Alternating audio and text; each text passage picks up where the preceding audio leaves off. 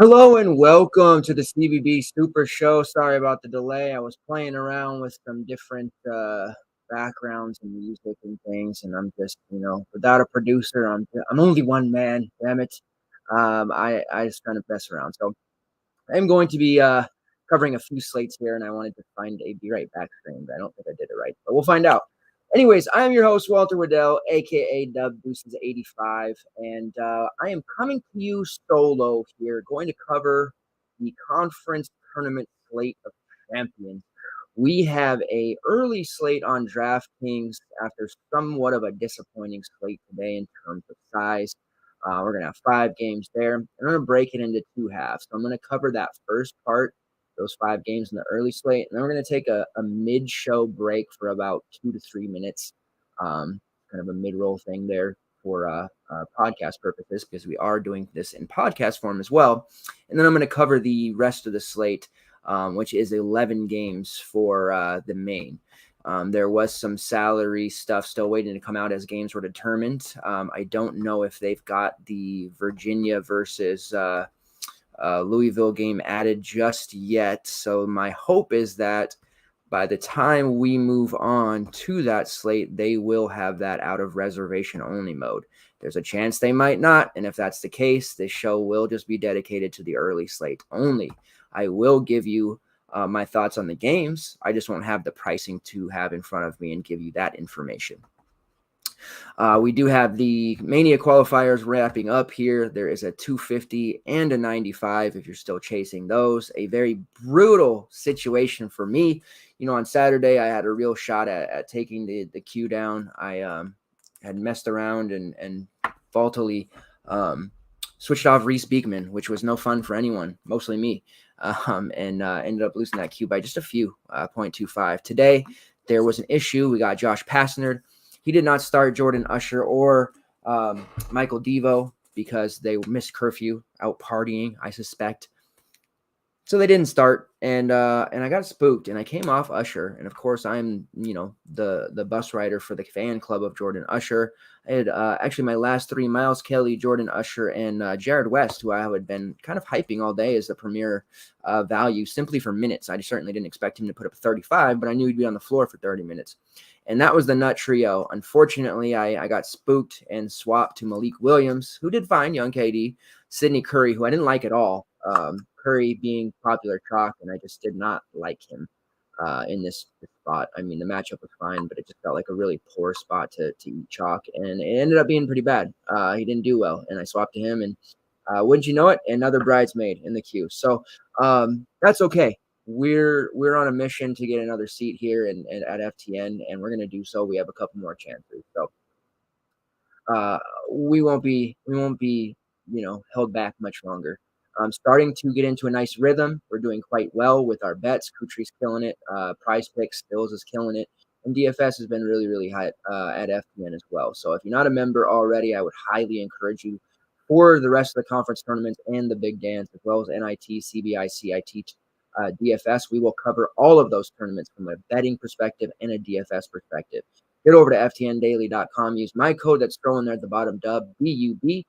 For 20% off. So you sign up for I always recommend the gold package, which is niche sports. That gives you collegiate access, esports, which Hobby kills, NASCAR, tennis, which our guy Gross kills, and WNBA right around the corner. Some really nice stuff with that. WNBA is a grind. It's actually a really fun sport to pay attention to. So that gets you 20% off the duration each month that you pay for the sub.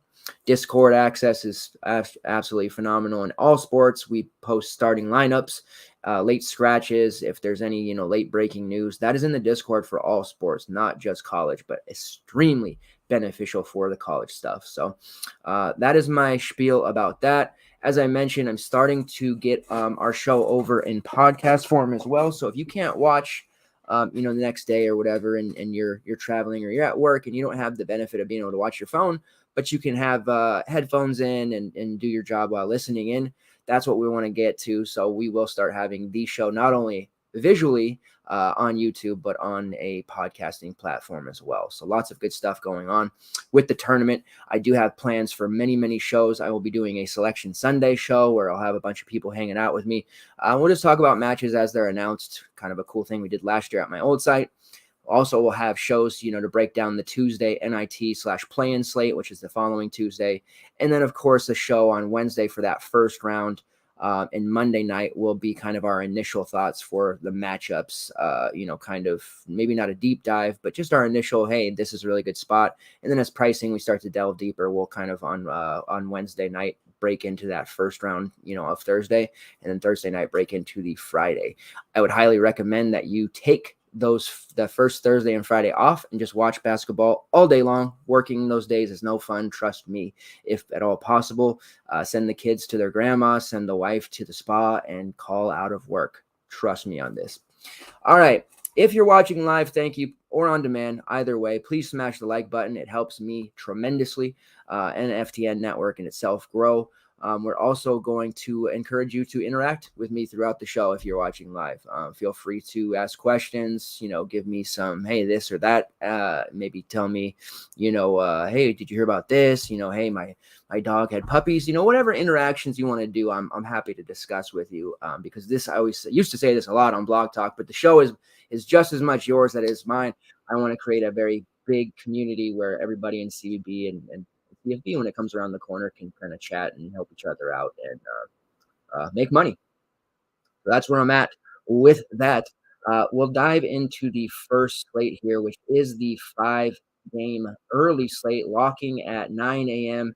PST, noon for those of you on the East Coast. That starts with a intriguing ACC matchup. Now, I think, let me pull this up. I want to see what FanDuel has up at the moment. What FanDuel is offering. I don't want to leave you FanDuelers out, especially if I don't have the main slate prices available to me to talk about. So FanDuel early only slate is what they have as a 3-gamer. So that's Syracuse versus FSU, BC versus Wake Forest, Stanford versus ASU. So those 3 games are on DraftKings as well, but they've added 2 additionally. The main slate on FanDuel is going to be Georgetown, Seton Hall, Georgia, Vanderbilt, Cal, WSU, Utah, Washington. What? Let's go. Minnesota, PSU, Clemson, Virginia Tech, and Louisville, Virginia.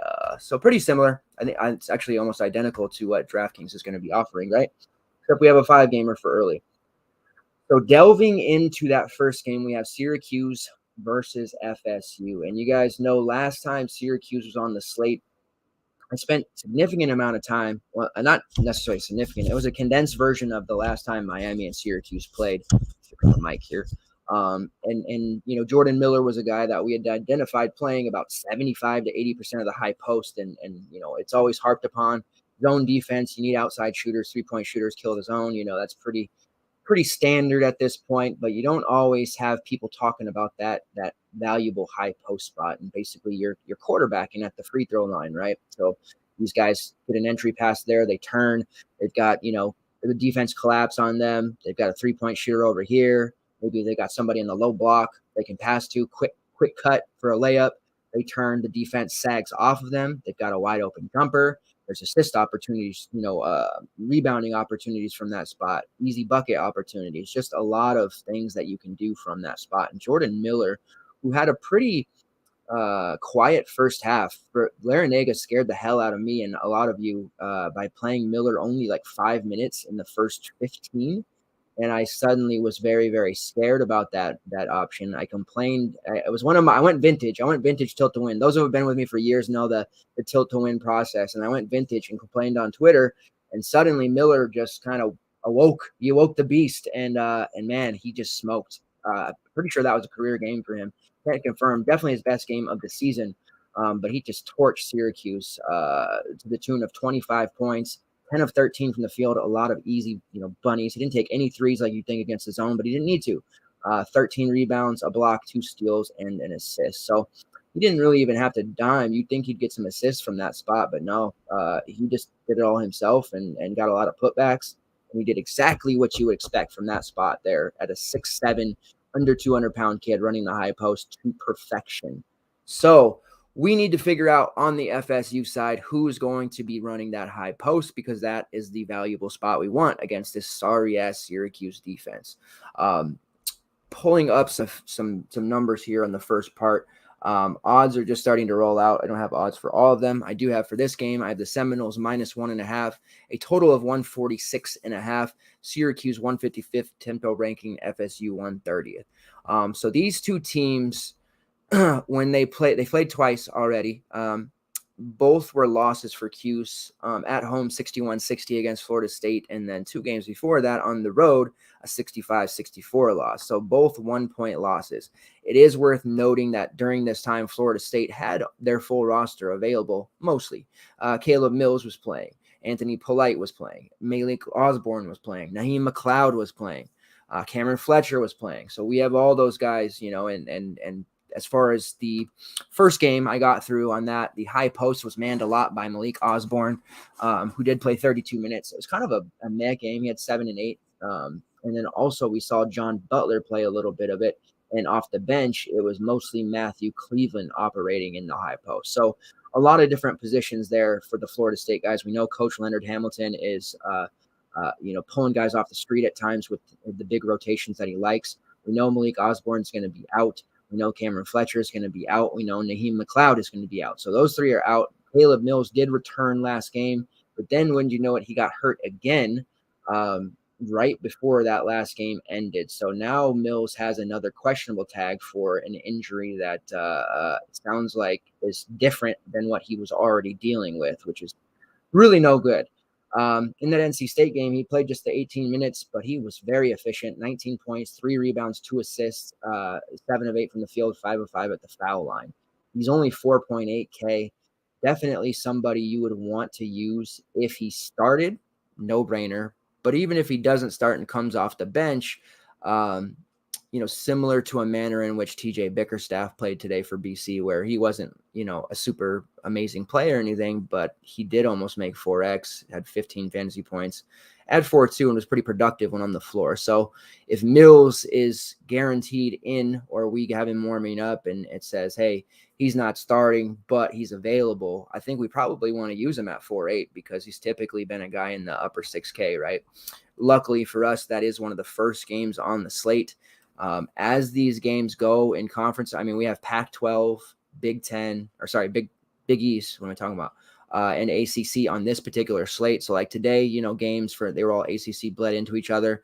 You didn't get the starters before lock. You had to guess. If you played PJ Hall like myself, you were feeling good. That easily could have swung the other way.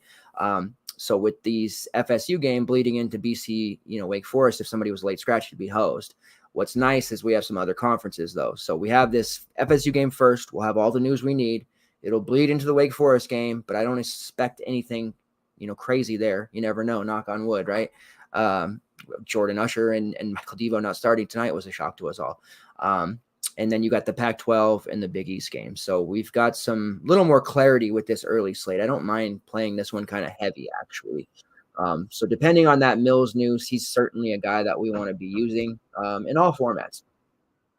As far as the high post, aside from Mills, I think John Butler, which the price of 5.8 is a little uncomfortable for me. I think it would be a natural fit for him to play that a little bit, although he's very valuable as a 3-point shooter for a guy his size. So they may just plop him, in the corner at times and as a kick out. I do think Raekwon Evans is a very strong play here, 6K, with the amount of assists that he's going to get as long as guys are hitting. And I do think there's a chance that Anthony Polite and Matthew Cleveland could actually end up splitting majority of the time between themselves at the high post. This is not as cut and dry as it is, with the Miami game with Jordan Miller. That was extremely cut and dry. We knew exactly that he was going to do it in games. Atkinson against this Syracuse defense, that was cut and dry. Banchero, Jordan Usher, our man Usher, on the Virginia Tech game, and they played them. It was Mutz operating in that, and he had the damn triple-double against them. So we don't, unfortunately, with FSU, have a very simple, because I'm going to get asked this a lot tomorrow, I know, answer for you in terms of who's actually going to run high post. I think it's just going to be a combination. I am going to watch the second game later this evening. I don't have to write the article. Mike Couturier is writing the core play article, so that's going to free me up to kind of mess around, do some deeper dives, and kind of, mess around with my exposures and stuff like that. I'll be up late tonight anyways, and maybe I'll discover something when I'm digging around. But right now I like Raekwon Evans a lot at 6K. A lot of people were worried about him. At 4.6 on that last slate with Mills playing, but he still played almost 30 minutes. He only had the 5 points, but he put up 30 fantasy points thanks to 10 assists and 5 rebounds. I would expect a similar output from him, especially on the assist side, if Mills plays. If Mills doesn't play, then he'll take on more of a scoring load and play 35 minutes. So to me, he's my favorite play. Right behind him would be Anthony Polite at 6'3", because I do think he's going to have a lot of rebounds in this game. He was very good in his last time out. And then it would be John Butler, and then probably Cleveland last. Cleveland at 6'6", he just doesn't call to me. He hasn't had the upside. I really like Matthew Cleveland with the sixth man of the year, which is the 4th year in a row FSU has had that spot filled. Definitely a scorer, and somebody that we can use potentially, but I just don't want to pay 6'6" for him when his role outside of scoring the basketball is kind of tough. He just doesn't have those ancillary stats that guys like Evans, Polite, and maybe Butler get. So rankings wise, Evans, Mills if he plays, Polite, Butler, and Cleveland.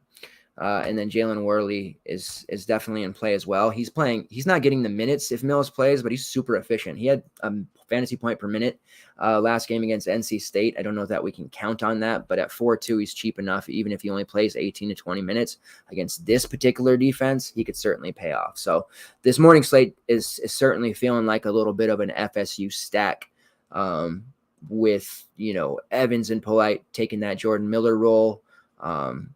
And then Evans kind of even taking that Charlie Moore role. I mean, Moore had a bunch of assists in that last game, which is why I think Evans is so valuable in this, because he's going to play a multitude of valuable spots against this zone, whether it's high post, initiating the offense, or even taking some threes. So Evans is that dude.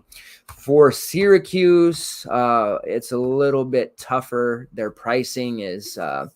Buddy Boeheim, 8.4. That's always generally a little too high for me. Anytime he's over 8K, he's going to be shooting a ton. We do know that the Florida State 3-point defense is very, very soft. One of the worst in the ACC. So we could see, Buddy Buckets go completely nuts here. We could see Girard. There's going to be a lot of easy 3-point shooting for this Syracuse squad.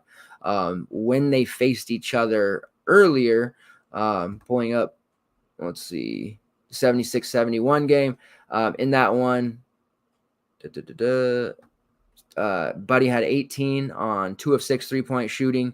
Cole Swider had 17 on 4 of 7 3-point shooting. And then Joey Girard had 11 on 1 of 14. Jesse Edwards had 15 and 7 with 3 blocks. So Florida State is definitely susceptible to giving up a lot of threes. Cole Swider is interesting to me. He let a lot of people down last slate after his just stupid, amazing slate that he did have. 7.7's a really tough price to get behind. But if ever there's a spot for a guy to, have a really solid shot, going to take 10 to 12 shots at minimum, and he's going to play 39 to 40 minutes, and he's just not going to get subbed out. However, if he's not playing good defense, he's not against getting, swapped out there. Coach B will bench him if it calls for it. Same thing with Joey Girard at 7.6. That's a tough price for him. I think he'll give us around 30 fantasy points, but we're paying the absolute tippy top of his ceiling. So then Jimmy Boeheim over 7K, same thing. So I think I would really be looking at Frank Anselm at 3.7, who his minutes after being down for 2 games popped back up over 20, and it was CBB who went under 20, but he was in some foul trouble in the first half, which affected that. Those guys are going to be really hard to peg because it's really a hot hand situation. The 4 other guys, the 2 Boeheim brothers, Swider and Girard, are going to play 35 plus, and then this 5 spot's going to kind of rotate in a hot hand situation. So if CDB's blocking shots, getting rebounds, not fouling, he'll get that minutes. If he's not really contributing much, then Anselm will get those minutes. The nice thing is that CDB's 5-1, and we're never paying that price for him. So you can easily just fade him. And if you want to take a shot on one, you just take Anselm at 3.7 and hope he plays the 20 minutes. Still kind of low upside even then. I prefer him to be min price, but he's there as an option if you need him. All right. Juan Swanson with the robot talk. Okay, so we'll continue on. Next game is BC versus Wake Forest. I didn't have odds on this when I first pulled it up because they hadn't put them in yet. Let's see if we got it now. I don't have it. Probably be up. Some of these will be up in the morning. Everything I see is from the last time they played. Ken Palm has it 76-67 for Wake Forest for what it's worth. In terms of tempo rankings, BC 284th, Wake Forest 47th. We did just see Boston College play today in a very ugly 66-46 win over Pitt.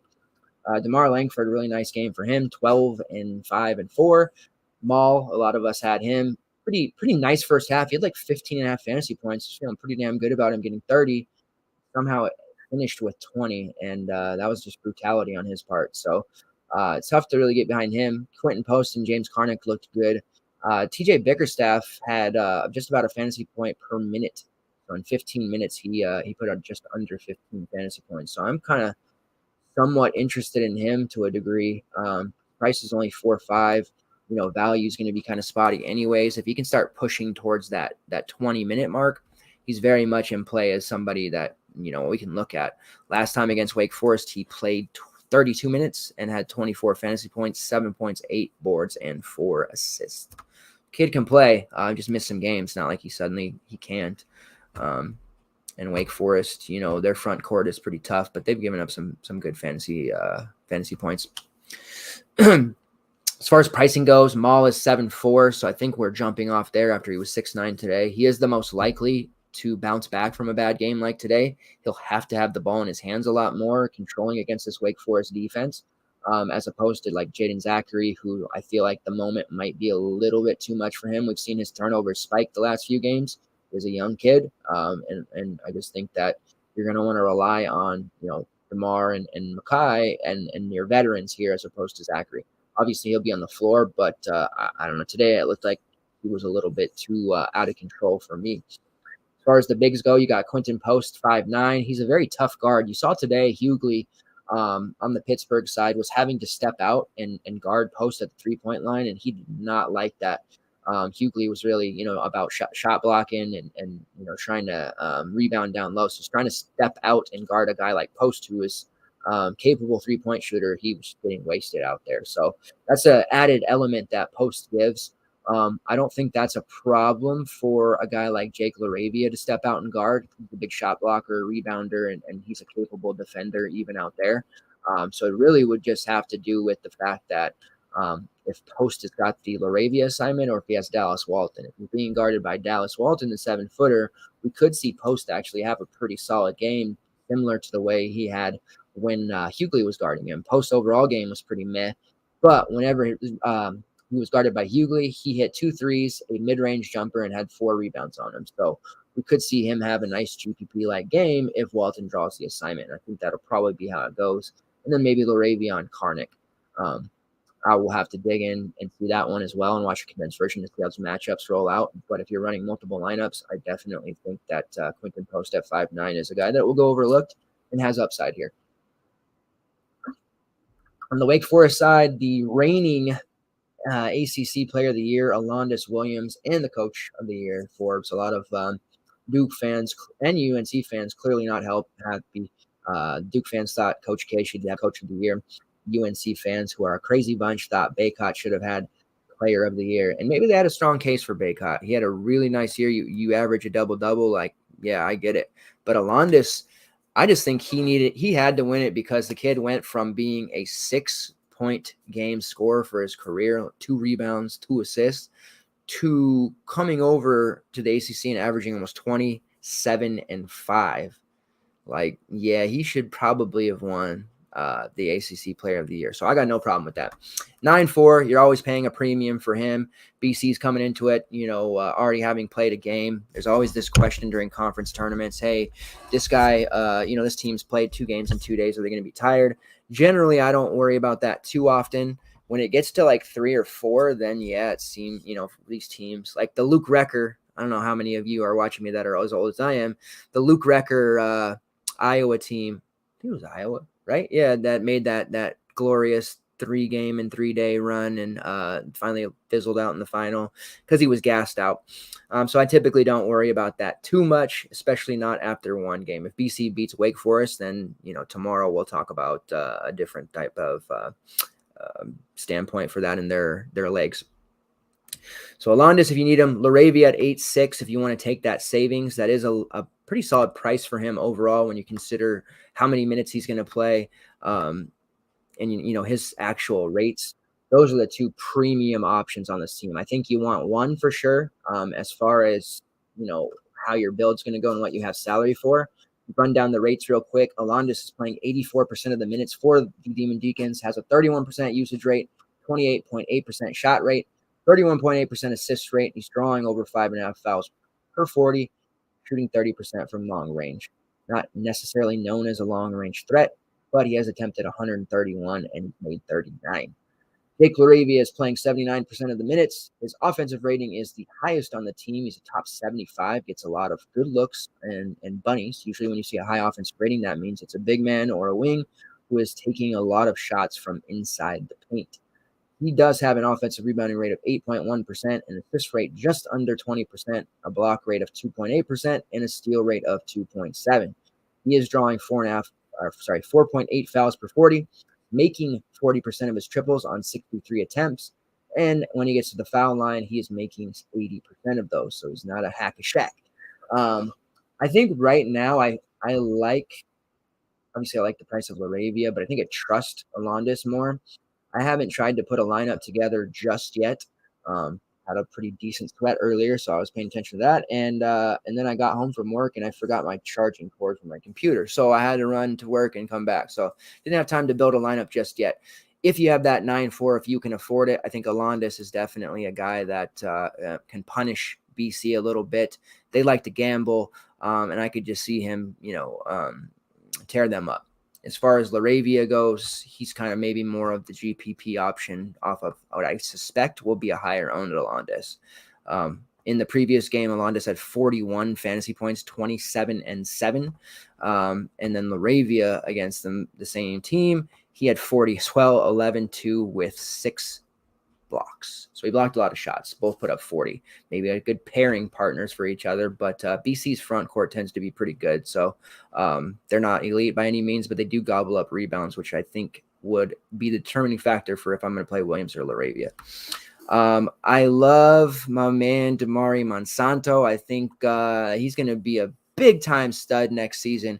He just has to get the minutes. He followed Forbes over from ETSU, got that surprise start against Clemson, 2 games ago when Mucius was sick. A lot of us swapped to him, and he just, a tough start. Everybody started complaining, and then he got to 28 because he just kept shooting threes and making them. The last 2 games, he's played 6 minutes and 14. He's only 3.8, so it's kind of tough to go there. He's probably going to need some fouls from somebody else. As far as the rotation goes, you saw even against NC State, who they completely pile drived by 25. The starters, Mucius, Williamson, despise, Alondus Williams, all played over 30, and then Laravia and Dallas Walton 25. Kadeem Sy 15, Damari Monsanto 14, and everybody else 1-3. So they're trying to kind of run their starters as much as possible with Kadeem Sy and Monsanto being the main bench guys, and then Hildreth every once in a while. So I think this is a spot for Monsanto, not similar to today, like when we had Jared West on our radar because the minutes were there for him. But I could see the production matching what Jared West did. And it really all depends on if Walton can stay on the floor, how effective Davian Williamson is going to be, if it's going to be one of the games where he's shooting 9 for 12, or if it's going to be one of the games where he's shooting 1 for 9. If he comes out flat and turning the ball over like he sometimes does, I wonder if Forbes gives him a hook and gives us a look at Monsanto. And if Monsanto comes out hot, who knows? Certainly more of a GPP play, but I think production-wise, it wouldn't surprise me to see him kind of get off here and play really well. he has a very high shot rate when he's on the floor. He's got the green light when he's out there. Sometimes even in 15 minutes, he's taken 8 shots. And if he hits half of those at this price, he's going to be damn near at value. He has the second highest shot rate on the team at 25.2%, which is 3 behind Alondus Williams. His usage rate's about 21%, and he's making 39% of his triples. So he's just an instant offense guy there. I personally wish he would start over Davion Williamson. He's not there quite yet. Forbes, I guess, is not there with him yet either, but that's just my take on Monsanto. And then as far as like Musius and Dallas Walton and Williamson at 5'4" is just okay, whatever. But Walton at 4'9" is intriguing. Back-to-back 38 fantasy point games against Louisville and NC State. Both lack the interior options of BC. And it's not as if Karnick and Post are some juggernaut duo in the front court, but they're definitely more adequate than anything NC State has in the front court right now. So I do think Walton, who comes with guard forward eligibility for whatever reason, is in play more so than Musius for 100 less at 4'8". Musius is kind of more that steady 18 to 20 fantasy point guy where Walton may have 12, but he just showed you that back-to-back games he could put up 40. So a lot to like here. You even have a GPP shot with Kadeem Sy at 4'4", who, when given the minutes, has been extremely good. He only needed 15 against NC State last time out to put up over 20. But 4'4", if we can get – I have him right now. I have him at 18 minutes. If he plays that, he's going to make value at 4'4". There's upside for more if you want to run multiples and play the fouls game and hope that Walton, Musius, or LaRavia get into foul trouble. He will be on the floor probably before my man Monsanto. So a lot to like for Wake Forest. I think, two Wake Forest guys in your main build should be a pretty strong move overall just because their rotation's pretty tight and they all possess a pretty high floor in a matchup like this.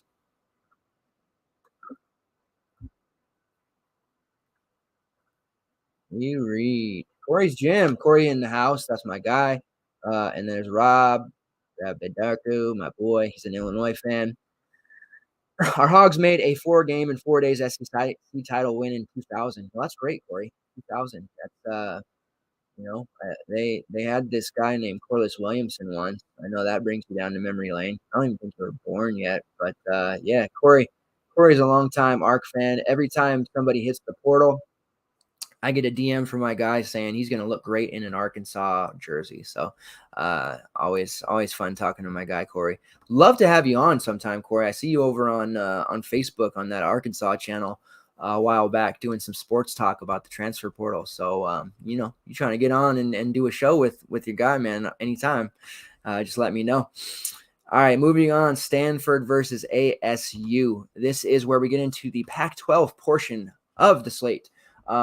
I have ASU -3.5, a total leaving something to be desired at 128.5. ASU 164 tempo ranking, Stanford 245. Sorry, guys, I got 1 minute. Okay. These two teams have been kind of, bottom feeders, although Arizona State has kind of turned it up lately. A lot of Bobby Hurley fans starting to get over here and start talking like he's some kind of, maestro and going to lead them to an Oregon State-like run through the tournament like they did last year. They have won 7 of their last 8, so they're doing quite well. It's worth noting, though, that my Huskies, they weren't able to beat my Huskies. But yeah, they have wins over Oregon, terrible, Colorado, and then a loss against UCLA. The Pac-12 is pretty destructively bad. They have wins the last 3 over Utah, Cal, and Stanford, which are terrible teams. Stanford, they just played on Saturday. It was a 65-56 game. Jalen Graham had a 16.3 rebound, 2 assist outing. Marion Jackson went bonkers, 18, 6, and 6 with 6 steals. Scary number, Marion, 666. Sorry, I was trying to catch that before I went off. And then DJ Horn with 12 and 4. Alonzo Gaffney up the bench with 7 and 4. Kamani Lawrence was pretty non-existent. And then their bench didn't do much. He's 6, 3, and 3. So I think that Marion Jackson might be popular because people are going to chase that. On the Stanford side, Harrison Ingram had 8, 9, and 4 with 3 steals, a very productive stat line there for him. Spencer Jones hit 3 threes on his way to 14, 4, and 2. Jayden Delaire, who a lot of us use because he was cheap, had 8, 6 and 2 with 2 steals. That paid the bills. And then Brandon Angel actually got some minutes for once, who's that sophomore that I'm always hyping in the Discord for Stanford, had 14 points, knocked down 4 of his 5 triples. So Angel deserves to play more minutes than I think Maxime Reynaud and James Keefe, but he doesn't play, the 5 like they do. So he gets lost in the shuffle behind Spencer Jones and Jayden Delaire. But Angel's definitely a guy who deserves more minutes. So starting with ASU, I think we're looking at first Jalen Graham, who's probably way too cheap at 6'3". DJ Horn at 5K is also an appealing price. I would love to be able to use Marion Jackson because when he was at Toledo, he was putting up 40, 50 fantasy points, just a big-time scorer, right? And it took him some time here with the Sun Devils. He was very mediocre, and now at the right time, he's turned it on. He's looking like that Toledo version of himself. So 7.5 is a tough price to pay for him, but I still think he's in play. We can't completely ignore him because he's clearly a top 2 guy on the team right now. It just makes more sense to run Graham at 6'3", Horn at 5K, or even Kamani Lawrence at 5'6" because of those prices.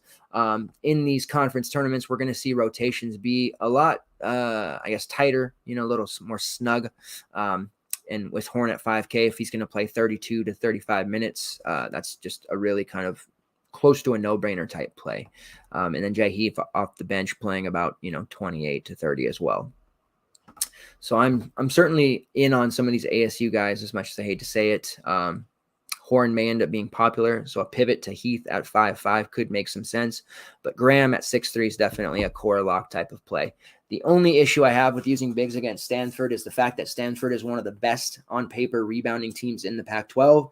They've held some solid rebounders/rebounding teams in check in the past, and that's been a situation where I've been able to fade, here chalkier options. But on a slate like this, where there's no tomorrow, I think that Graham's a fine option. He's going to score a lot. Even if he doesn't grab a lot of boards, he's going to, he had 3 rebounds against him last time, but 16 real, a block and a steal.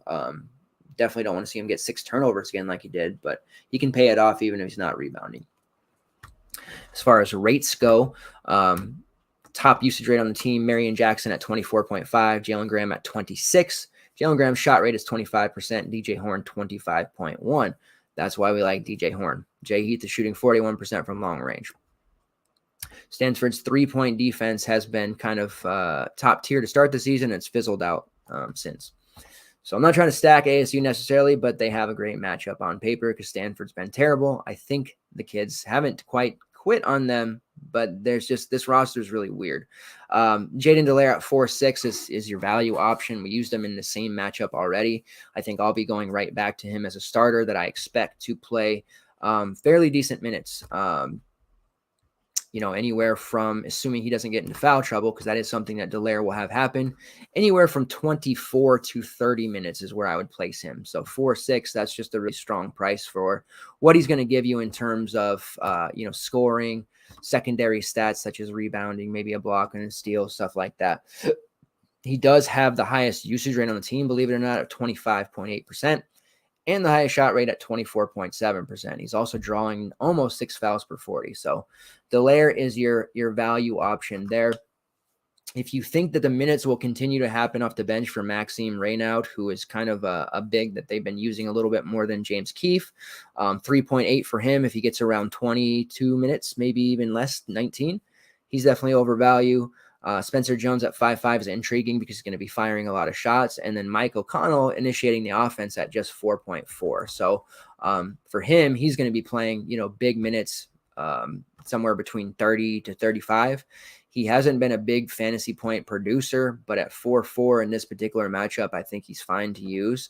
I wonder if people will get trapped into use him. I'd rather go Delaire myself, or, a little bit lower to Reynaud if we think that he's going to, play 20-ish minutes, because I think he actually has a better upside and a higher fantasy point per minute number than O'Connell, even though he comes off the bench.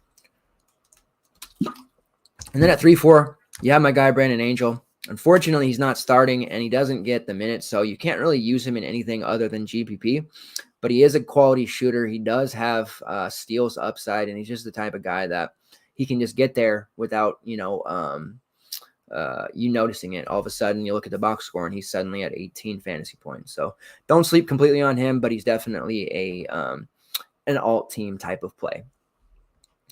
All right, for the next game, well, let's first see here.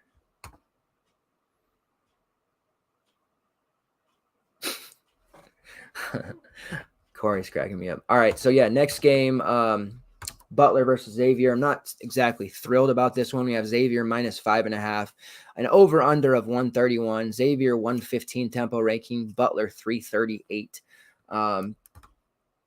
Man, yeah, this is just, out of all the games on the slate, this has the makings of being real ugly. These two teams have had their seasons kind of slide in the wrong direction. Butler, of course, started off in the wrong direction, finished at 13-18. But Xavier, a lot of people, after they started so hot in non-con heading into the conference, had future bets on them. They're 18-12, which is fine, but they're definitely ice cold. They lost to St. John's, UConn, Providence, Seton Hall, St. John's again, and then they got a gimme game against Georgetown that they won. So Butler is a game they did win 68-66 back on February 2nd. In that game, Chucky Harris had 18-4-2. Aaron Thompson had 12-3-2. And then Jayden Delaire off the bench had 18.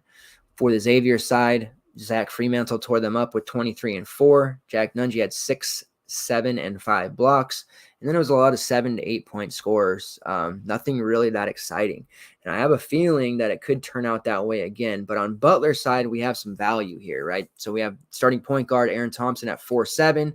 I know he doesn't offer a ton of upside, but he's going to be on the floor for a long time. And then Chucky Harris at 4.5. Chuck Harris has got a really high shot rate. He is going to be taking a ton of shots. He's going to be on the floor.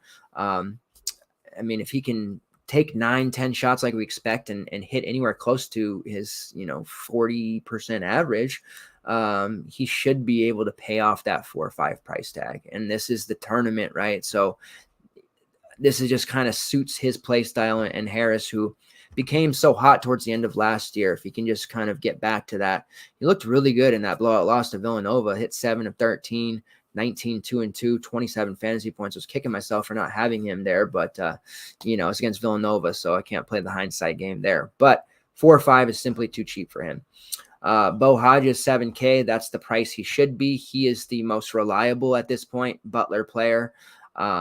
But 7K in this matchup in a game where he was in foul trouble early on, only had 9.5 fantasy points. I'm a little gun shy on him. If I'm going any Butler guys, it's just going to be the cheapies. On the Xavier side, it's really tough for me to get too excited about anyone. Jack Nunge is always in play, high usage rate. He's got very good secondary categories in terms of rebounding rate. His rebounding rate is 32% combined, 5.5% block rate. He's hitting 35% from long range. Like, there's a lot to like about him, except for his price. 8.3 is just a little bit more than I want to pay. Same thing with Colby Jones at 8.1. Colby has been really good the last month of the season, which is strange because it coincides with the losing streak of Xavier. Once he got going, they started losing games. So I can't feel very good for him, but he is coming off of a 42 against Georgetown. He's actually scored 42.5 fantasy points in 2 of his last 3. Fremantle at 6.3 is probably your most viable. However, fouls have caught up with him. He only played 18 minutes against St. John's and then 15 against Georgetown. 2 very, very mediocre games in his last 3. So you could definitely look there. He played well against Butler last time, as I mentioned. He had 23-4 on his way to 34.5 fantasy points. It's actually his highest score of the month. So I guess you can look there. Kunkel at 5K and Nate Johnson at 5.7, both guys who have had good games recently, but the price is up so high on them, they're not value anymore. And then you have DeJuan Odom at 4.4, who's still churning out a roughly 20 to 25 minutes a game, even with everybody back healthy. So if you need an extra value, you have it. However, I'd rather use Chuck Harris. We have the Stanford guys at our disposal. We have Worley from FSU if we need him, and we have a couple of cheapies on Wake Forest. So I think that Odom is clearly, behind all of those guys for me. And then the last game on the early slate, Oregon State versus Oregon. Man, this is tough. Oregon's minus 9.5, 143 total. Oregon 146 tempo ranking, Oregon State 214. So I want to bet Oregon State, not plus 9.5, because it did come out that Will Richardson is going to miss the Pac-12 tournament, and which basically means probably the season, because I don't think Oregon's going to accept anything other than a big dance invite, and that's not coming unless they win this. So a non-COVID illness. If Corey were here, he'd probably say it was mono. But their main guard out for the tournament. And I don't know, man. I don't know if Oregon's even going to make the NIT. And if they do make the NIT, are they even going to accept the invite? I could envision Dana Altman just saying, no, we're not going to go. There was a joke in the sport earlier today about how they would be in the CBI, and obviously they wouldn't accept that. But I'm not sure they would even accept NIT. So as a Husky fan, I'm so sad to hear that Oregon season has been in the gutter. With this being said, this is a good game to target. Without Richardson, Jacob Young is going to essentially play the entire game. Davian Harmon, the entire game. Those are your two top options. 6-1 for Young, 6K for Harmon. I have no issues running both. Also, DVP-wise, the Beavers, they have some strong interior players on offense, but defensively, they get bashed by opposing bigs. So this would be like an Volley Dante game. However, he doesn't play that many minutes. It's just so frustrating that Altman plays him 16 to 20 minutes. He would rather play Kepnong more, and lately, Biddle's even been giving it. So you can't really use Dante, even though 4-9. If you're multi-entering the jam or something, then get some Dante exposure. In 20 minutes in this matchup, he can pay off the 4-9. He's so good. He deserves to play more, honestly. You have Quincy Guerrier at 5'6". He's technically in play here. Eric Williams at 4'7". He's in play. You want to go down and take Kepnong at 3'8". You think he's going to get 25-ish minutes or maybe 21, something like that. He's in play. So there's a lot of Oregon guys here that you can use simply because the matchup's great and there's no Will Richardson there. Even a guy like Rivaldo Torres, who played 22 minutes in the game against Washington State at that 3.5 price, he's there as a value play if you need it. With all these cheapies, you can pretty much play whoever you want, but there's a lack of pay-up options, which again means we need to probably just go ahead and play Alondus Williams because there's no one else to pay for. You know, Boeheim, Nunge, Jones, Swider. We may even want to just play at Williams and Laravia together is what it's starting to look like to me. But I'm definitely going to be on Davion Harmon. This is a great matchup for him. He contributes in all categories, can be a scorer. I think that people will probably gravitate towards Jacob Young, which makes him more of a natural pivot. But I think 28 to 32 fantasy points for Harmon is a good, solid projection. And then for Jacob Young, who's been a little bit more scoring reliant in the past, although he's taken over a more bigger role initiating the offense, his assist rate has gone up. He's got 30, 35 fantasy point upside here as well. So pairing the two feels like a power move. I like them both better than Guerrier personally, but Guerrier has the better DVP technically on paper. When they faced off last time, he was in some foul trouble early and didn't play very well, but he's going to have to play a lot here. As far as efficiency rates go for the Oregon guys, let's talk about that real quick. Then we'll move to Oregon State. So shot rate for Jacob Young, 24.2%, Harmon, 20.2%. Dante has a combined rebounding rate of over 35%, huge if he stays in. Frank Kepnong's rebounding rate is 26% combined, and Rivaldo Torres has a 17% combined rate. So a lot to like here. Biddle, even if they played Nate Biddle, the 7-foot freshman, his combined rebounding rate's over 31%. So there's a lot of options here. I think if you're running MME, you can just cycle through these different combos, but really for main lineup, Young and Harmon are the guys that you want to start with. If you want to like a Oregon value in there, that's fine. Run 3 of them, but Young and Harmon are just good bookend plays. For the Oregon State side, it is really all about my man Deshaun Davis, right? At 6'5", I have this group of 10, 12 guys that are frequently in the posh plays, or I refer to as hashtag Walsh guys. And Davis is one of those guys that we played all season long at FTN, and the rest of the field really hasn't. Very strong, high assist rate. The shot rate's pretty decent. Since he kind of broke on the scene right around end of November, I'd say, he's taking on more of a leader role and higher production than Jared Lucas. I think most people thought Lucas was going to come in and take Thompson's role, and that didn't really happen.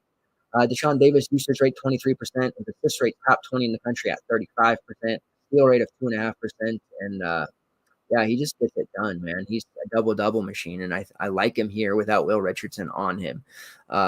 Alatiche hasn't been full strength, so I don't know what to say here. I probably wouldn't use him, just not sure the minutes will be there. Mo Kalu has a shot rate of 25.3%, an atrocious high foul game for him against Washington. I do expect a bounce back from him here. Oregon State's been playing 6 to 8 scholarship guys because of various ailments, so they've been a little shorthanded. So Kalu will have to play a lot. Glenn Taylor, the freshman who's looked great, he's going to have to play a lot. Dexter Akano's been playing a lot. And then, of course, you have the 7-footer of their own, Roman Silva, who's going to have to deal with the Kep Nongs and then Dante and Biddles of the world.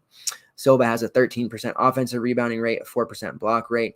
He's actually been pretty darn good, even in tougher matchups. So I don't mind using him. Price-wise, at 6'2", it's a little bit higher. You can get Kalu for 5'8", or just 300 more. You get Davis, who's probably a little bit safer. And assuming that this situation is still going to be that Oregon State's shorthanded, you have Dexter Akano there at 3'9", who's still very much in play. Jared Lucas at 5'9" is probably the least likely to land in my lineup. I would probably overpay for Glenn Taylor before Lucas. Lucas is just very shot reliant, and he's not really on my radar, to be honest. But we're looking at a Oregon State team that is probably going to run a starting 5 of Lucas, Taylor, Kalu, Akano, Silva, and then and Davis and Rand, and that's what they ran last time. I probably would see Deshaun Davis, assuming he's all good to go, get back in the starting lineup over Akano. Even if he didn't, he played over 30 minutes. I'd probably almost rather have Deshaun Davis come off the bench because that'll keep his ownership down. But they're running 6-7 guys. So anyone on Oregon State's good. This is a game stack type of situation between these two. It's just going to be, it's probably going to be a little bit on the ugly side as well, but a lot of stats to be had here. All right. So that wraps up that slate. Talking about core, a 3-man core for DraftKings, and then I'll talk some PrizePicks. So for me, it's going to be pretty much Raekwon Evans. Feel very positive about him, even with the price increase. Alondus Williams as the primary pay-up. And then value, there's a lot of really decent value on this slate, but landmine potential as well. If he's healthy, Caleb Mills, I think, is obvious. If he's not, I think Jayden Delaire would be my top value in that situation. Posh play of the day would be Deshaun Davis. Big surprise, right? PrizePicks for the early set. Caleb Mills at 23.8 fantasy points, assuming he starts healthy. I like the over 23.8 there. Matthew Cleveland's 21.3. Feels a little trappy because that's usually right about where he's at. However, steals and blocks are worth 3 on PrizePicks, so I could actually see him hitting that. I do really like there's a matchup between St. Joe's tomorrow and LaSalle. Jordan Hall, who's been an absolute stud in multiple categories, flirted with the NBA and came back over 27.7 fantasy points. That probably becomes my favorite of the early games, that one right there. We do have, let's see, DJ Horn over 18.9 fantasy points. I also like that of the early set. As far as real points go, they have a pretty advantageous number on Desmond Cambridge of 15.5 real points against New Mexico, a fantasy-friendly team. He's kind of struggled the last couple. He did miss a game there recently as well, but assuming all good to go and plays a full game, I like his over 15.5 real points.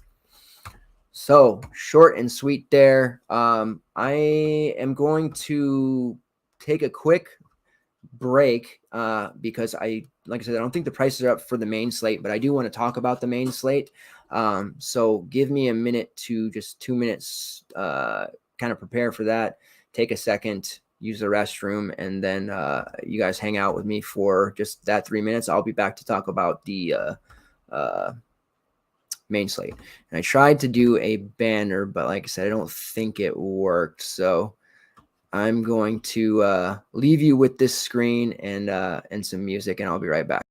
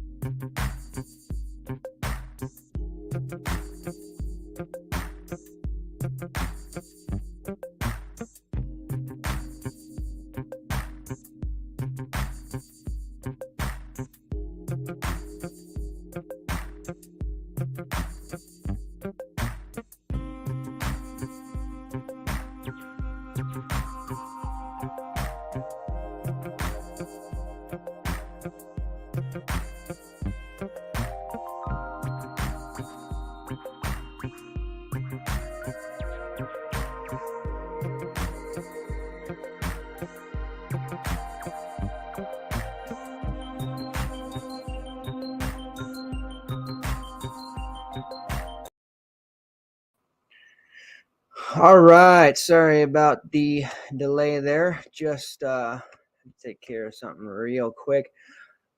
So, yeah, the main slate for Draftkings, which starts at 3 p.m. PST, is still in reservation mode. So I suspect we won't see the pricing for that until probably the morning.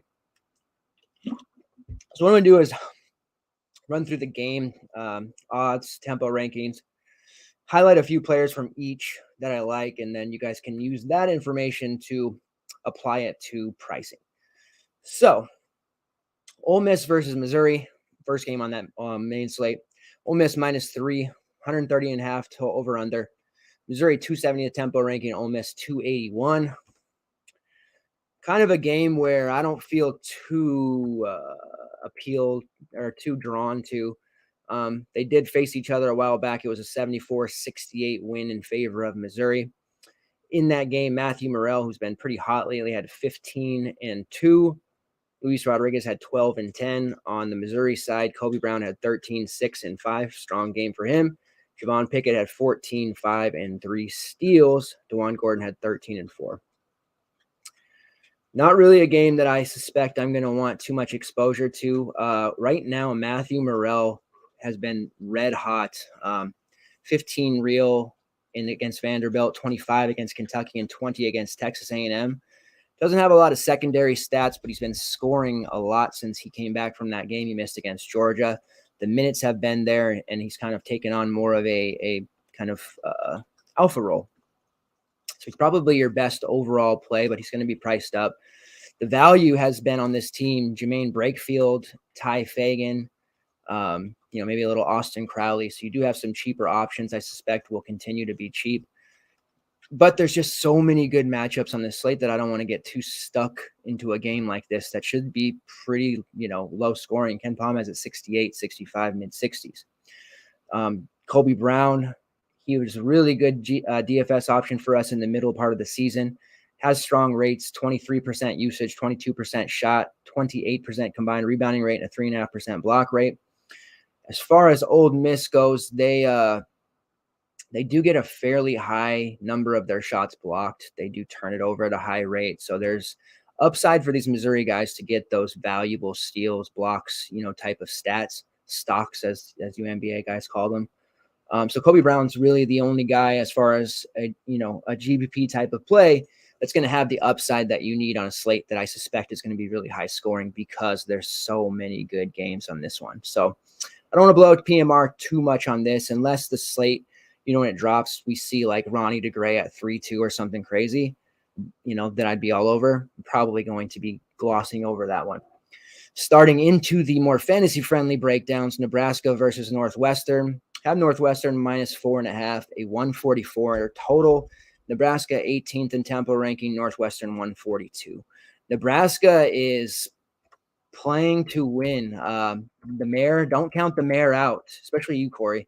After just having an abysmal season where they won just one conference game, they rattled off 3 in a row, beat Penn State on their floor, ruined their senior night by 23, 93-70. Then they went on Ohio State's court, beat them 78-70. Then they went on Wisconsin's court, beat them 74-73. It's worth noting Johnny Davis got in a little bit of foul trouble. Then he got hurt, didn't return for that game. Nebraska pulled out the 1-point win. A lot of people said, well, it's still Nebraska. Yeah, but you know what kind of team Wisconsin is without Johnny. With him, they, obviously he won Player of the Year. So, that you take that away from any team, they're going to struggle. And then you look at Wisconsin's roster and see a lot of role players that fit around Johnny well. There's not a lot of impact, playmakers that you can rely on when you lose a player of his caliber. So Nebraska's playing really well.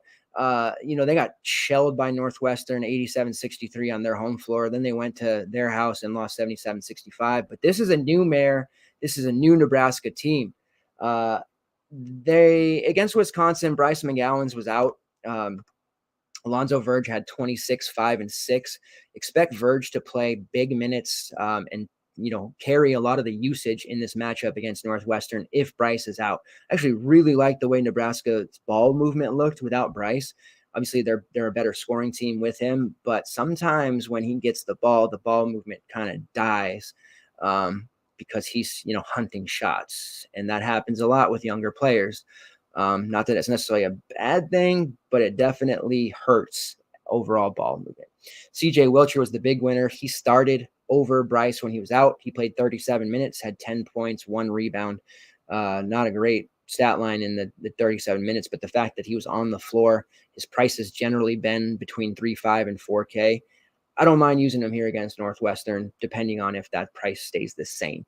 And then you have the Derrick Walkers, Trey McGowan's, just okay, plays. It would really just be Verge, who has a 29% shot rate, a 32% usage rate, an assist rate of 42.5%, which is third best in the country, steal rate of 3%. He's drawing 5.1 fouls per 40. Northwestern, they had some fun against this team last time. In the 77-65 win, Pete Nance had 20-5 with 5 assists, a block, and a steal, 5 rebounds, of course. The game before that, when they played in the just total beatdown, Nance only had 8-5-1, but it was such a big blowout that he only played 20 minutes. It was Boo Buie who went off in that one for 27, 1, and 3.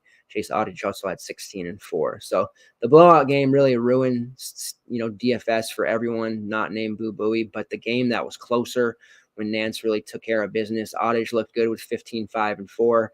Buie had 15, 3, and 2.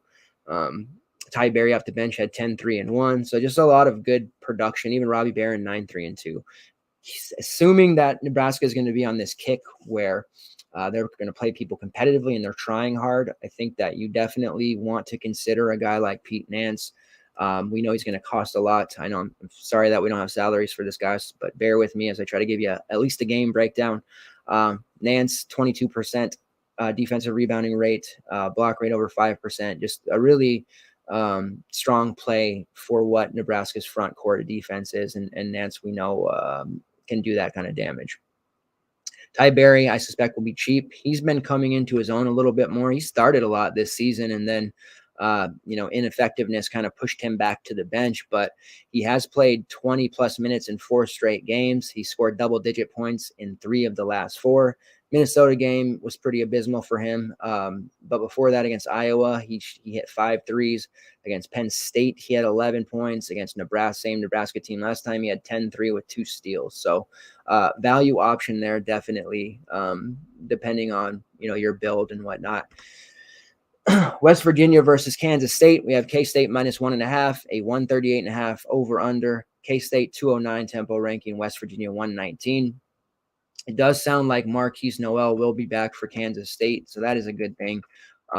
We may not have to rely on Selton Miguel, who I know a lot of people were really bummed out against Oklahoma. Selton Miguel didn't play well, but, he did play 29 minutes. He was sub 4K.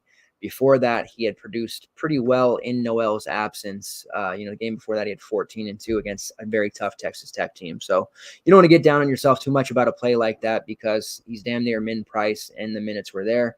The production just wasn't. Clearly in this spot against West Virginia, there's going to be some upside for Kansas State. West Virginia's been a fantasy-friendly, defense all year. Earlier this year, they beat West Virginia 78-73 and lost to them 171-68. Last game on K-State's court, Marquise Noel had 21, 2, and 3. Mark Smith had 17 and 10. Nigel Pack had 13, 6, and 5. So they're big three, if you will, all produced quite well.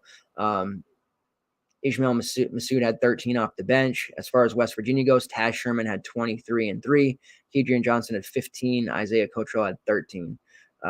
Even Jalen Bridges had a nice game at 9 and 10, who has been cheap lately. I'm not ready to quit Jalen Bridges just yet.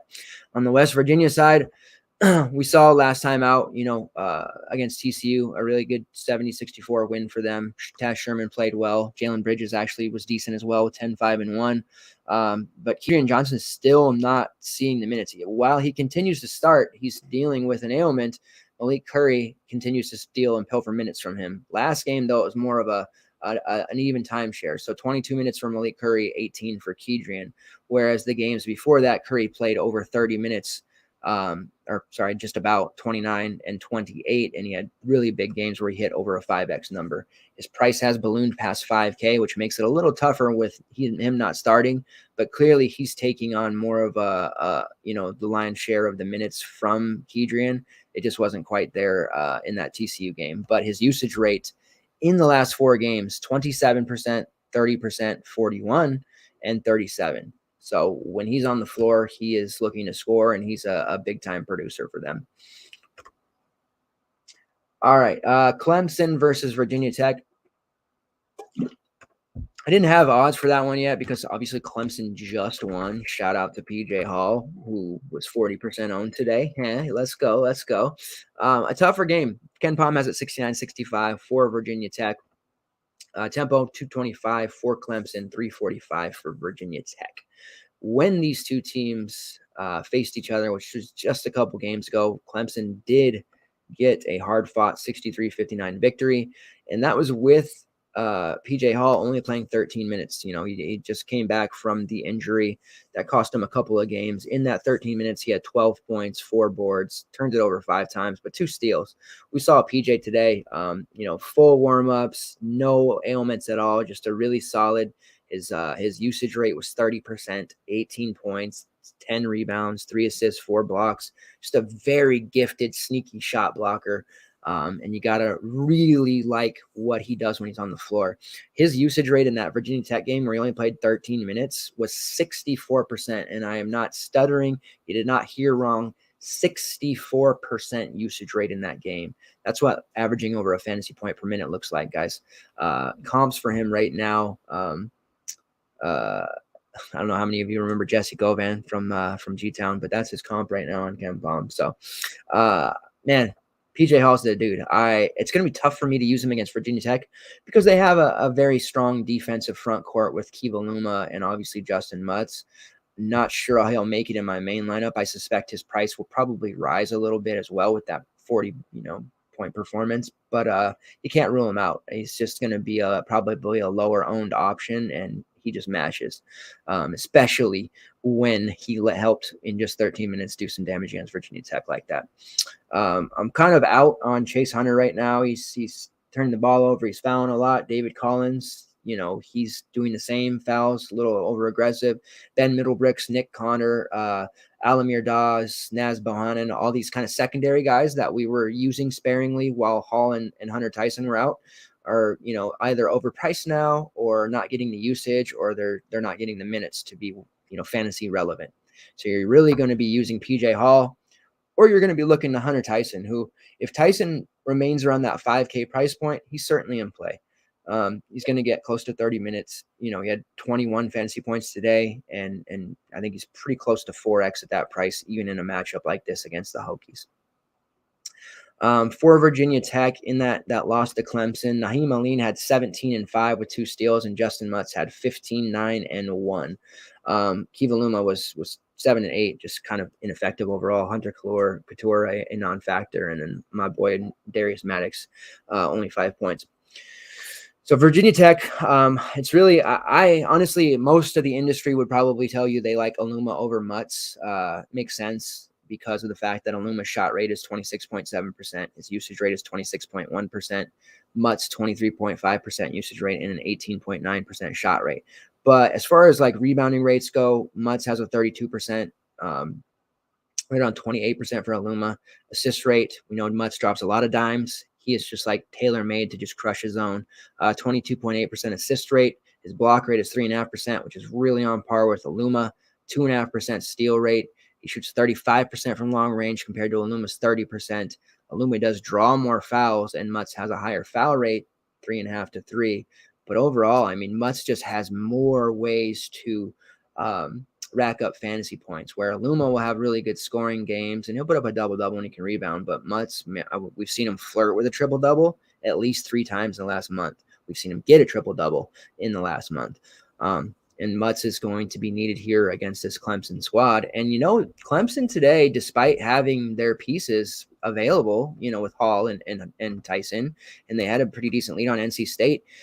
They actually kind of struggled, and NC State's bigs, without Manny Bates, are obviously not great, but Ebenezer Dewana had 6 and 2 and a block. I know that's not huge numbers, but Dewana normally has like 1 point, right? And he looked really good when he was on the floor. And Jalen Gibson, that sophomore 6'10 kid, 8 points, 5 rebounds for him. He was getting open dunks. He was getting himself to the foul line. So imagine what guys like Aluma and Mutz, who are far more polished than the sophomores Dewana and Gibson are, could possibly do against this Clemson defense. Clemson, generally known as a pretty above average defense overall and not a fantasy friendly unit. Today, I just saw something from them that I think we can maybe target those Virginia Tech bigs and with confidence, depending on the pricing. This isn't my preferred game or anything. There's 3 other games on the slate that are just super juicy that we're going to want all the exposure we can handle, but it would be a real big mistake to completely ignore something like that. All right, moving on to one of those games I mentioned, DePaul versus St. John's. The Johnnies are minus 5.5 and over-under of 143.5. St. John's has actually moved up to the highest tempo rank in the country at number 1, and DePaul 87th tempo ranking. You can expect this game to be in the 90s. It's going to be a fun one. If you don't have multiple pieces to it, you're probably going to get crushed. It was 99-94 DePaul victory just a few games ago. They lost 89-84 back on January 5th. Let me read you off the box scores there. JFL had 24-7-1. This is in the first meeting that they lost. Brandon Johnson had 13-7. David Jones had 11-7-4, 3 blocks, 2 steals. Be still my heart. Nick Ongenda 6-2. Jalen Terry 14-8-6 off the bench. This is when Terry started opening people's eyes. Julian Champagny 34-16. Whoa. Dylan Adawusu had 17-2-8. This is when Posh came off the bench. He had 16-2-4 when Posh was kind of still trying to get back from injury. Montez Mathis had 11. Aaron Wheeler, a non-factor. I think he'll be more of a factor this time around. And that's it for fantasy relevant. Now, the last game that they just played, which was a DFS masterpiece, Champagny had 26-6 with 2 steals. Aaron Wheeler, this is where he was much more effective, had 27-3 with 3 blocks. Aaron Wheeler has become the player that we thought he would be when he flashed that major upside during Purdue's Sweet 16 run. They had that game against Virginia where Diakite hit that buzzer beater and Carson Edwards was hitting threes. During that time, Wheeler showed a lot of upside during that run, and I thought he was going to be more, and it didn't happen. But now this year on St. John's, it has happened. Posh Alexander, again, off the bench, had 18-8-4. Hopefully he starts and plays like 35 minutes, because if he does, he's going to crush this DePaul squad. And Steph Smith had 8-5. JFL went completely into bonkers. A lot of people didn't own him because it was priced in this one, if I remember correctly, but he had 39-8-2 with 5 steals. David Jones had 24-10-5, 4 steals and a block. It's going to be really hard to roster JFL, David Jones, Champ, Posh type of lineup like those 4. If you can make it work, if you can and play the value that we're likely to have, I think from those 4 you could get just 200 points. Like that's a realistic expectation from those 4, but pricing probably won't allow it. I would likely try my best, if I were you, to pair JFL with David Jones here. I'm expecting both to eclipse 35 at minimum. They've already done it. This back against the wall, it's tourney time. Like, they're both going to play 38 minutes, and they're going to crush. St. John's defense is going to get pile driven by those 2. And then on the other side, Champ, depending on if he's like 10K or something, it's probably close to a must play because he's tailor-made to just destroy DePaul. He's destroyed them in both matchups. Wheeler will probably be priced out, but he's a great GPP leverage option off of Julian and maybe even Posh, who probably won't be popular, but I think Julian will. So Posh, Posh is Posh. If he starts, you're ready to go. GPP stack of this game, or however you can fit as many pieces. DePaul's only going to run 7, maybe 8. St. John's is going to run more like 9, but Omar Stanley, Raphael Pinson, maybe Saya Nui, those guys aren't going to play that many minutes. Like, they can't be giving them big minutes here and expect to have their season continue. So that is the most stackable game, and one that's going to be obviously very, very fun. Moving on to the next game here. Sorry, I just want to check on the chat there. Georgia versus Vanderbilt. We got Vandy -9, 144.5 over under. Vanderbilt 147th, Georgia 93rd. So here's where it gets tough, because we obviously want to have a lot of that DePaul St. John's game. That's just a complete no-brainer at this time. But how juicy of a matchup is this for Scotty Pippen against that Georgia defense, that Georgia pace? Like, I don't know, man. I may have to prioritize him over a third piece from DePaul St. John's, because as much as I want to be involved in that game and I want to have a lot of exposure to it, I also don't want to put all my eggs in one basket, as they say, because, say it underperforms or somebody gets into foul trouble, I'm really going to be screwed if that game doesn't go over. So, Scotty Pippen is just otherworldly right now, and he's going to be priced up by where Champagne is. His usage rate is 8th in the country at 34.6%. His shot rate is 18th at 32.9%. And he's not just a shooter, right? He's not just looking for his own shot. He's not hunting shots. He has a 32% assist rate, which is 40th best in the country, 3.5% steal rate, and he actually has the number 1 fouls drawn rate in the country at 7.7. So Pippen, the nice thing about him, if games stay close, he's at the foul line.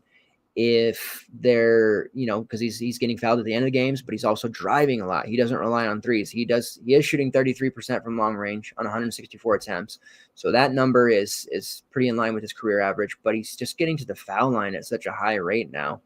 His free throw percentage has gone down slightly in terms of make rate, but his attempts are way up. Last year, 167, his 243 attempts this year, compared to his freshman year of 189 as well. So he's just generating and manufacturing fantasy points.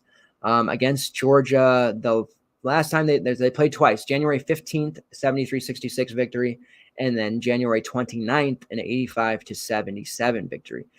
In that game, the home game, Scottie Pippen had 23, 1 and 9 assists, 2 steals and a block, went to the foul line 10 times, made 7. The game before that, on the road against Georgia when they won 73-66, he had 13.7 assists, 3 steals, got to the foul line 8 times, made 7. In that game, it was my boy Jordan Wright. I always have these random guys, right, that are on each team. But Jordan Wright is kind of a honorary #Waltz guys. He had 20, 12, and 6. Do not sleep on Jordan Wright as a GPP play on this slate, with people probably looking to Pippen or even Liam Robbins, because Robbins is probably going to be somewhat cheap. Jordan Wright has a lot of upside. His rebounding rate solid for a guy his size, 18.7% defensive rebounding rate, plays about 77% of the team's minutes, which is second right behind Scottie Pippen, has a steal rate of almost 3%, draws 4.5 fouls per 40, shooting 32% from long range. Jordan Wright's a good player. He doesn't get enough hype for what he actually does on this team.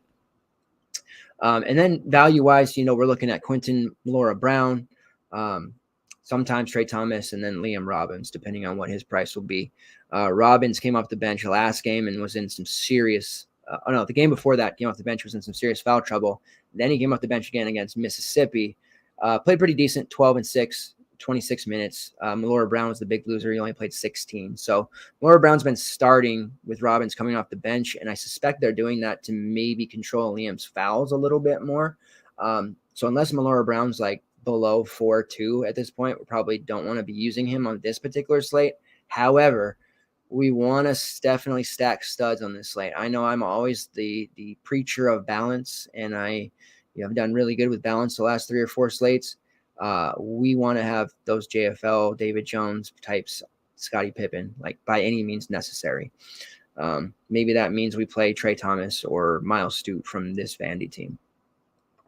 For the Georgia side, it's been Cario Oquendo, who's been the apple of DFS players' eye.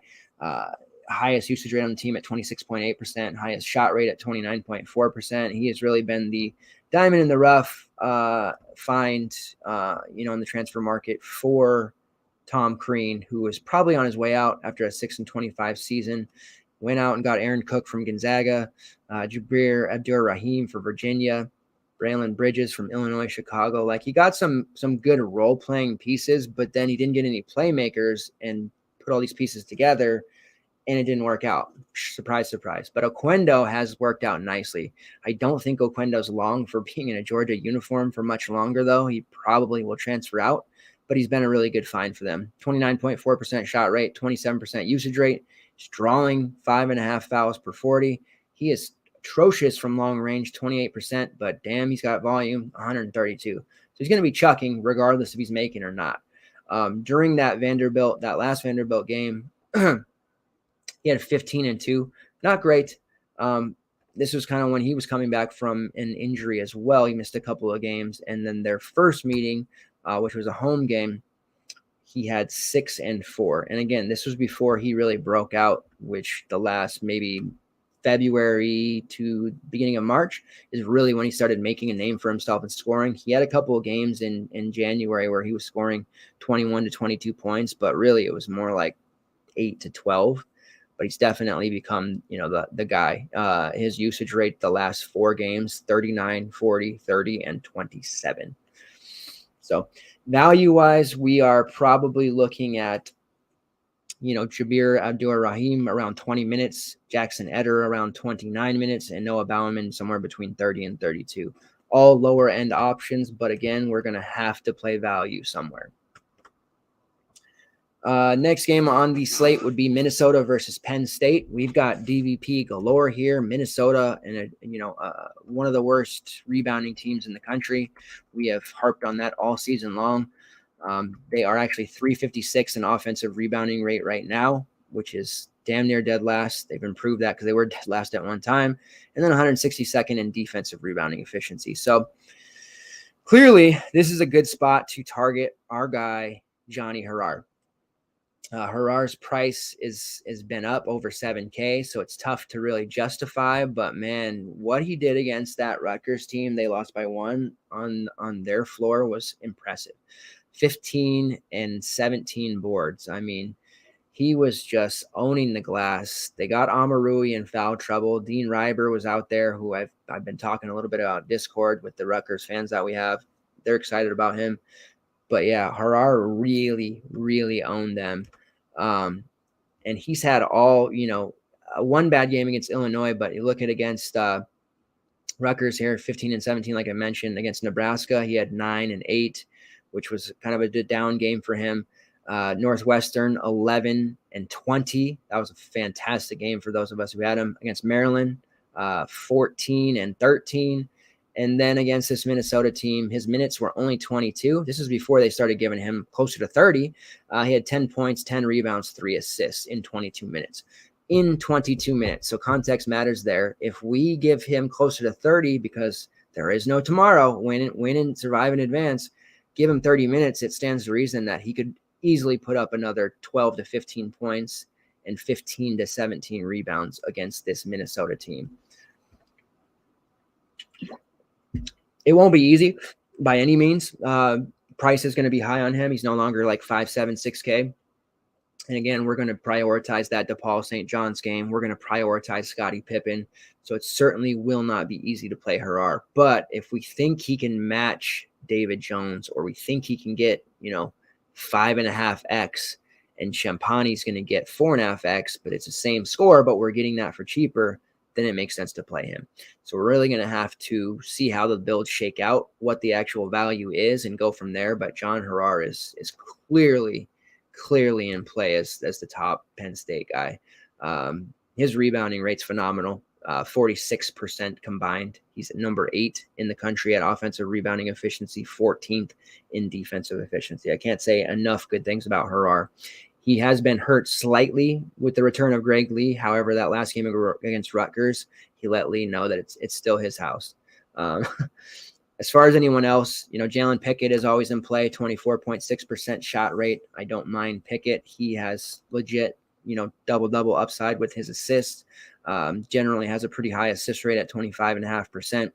Against Minnesota last time, he had 20 points, 4 rebounds, and 3 assists with 2 blocks and 2 steals. Just a monster performance for the Siena transfer.